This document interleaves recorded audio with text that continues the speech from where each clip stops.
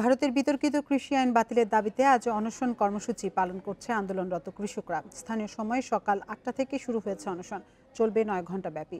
বিকেল ৫টায় শেষ হবে আজকের অনশন ধর্মঘট।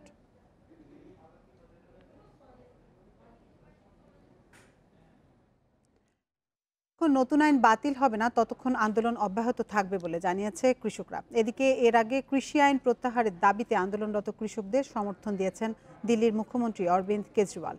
কৃষকদের আন্দোলনে একাগ্রতা প্রকাশ করে আজ কৃষকদের সাথে অনশনে বসার কথা জানান তিনি। এ সময় দেশব্যাপী তার দলের কর্মীদের এই অনশনে যোগ দেওয়ার আহ্বান জানান কেজরিওয়াল।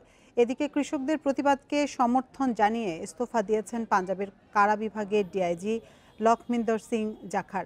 এর আগে রোববার সকালে দিল্লি জয়পুর মহাসড়কে বিশাল বিক্ষোভ মিছিল বের করে কৃষকরা।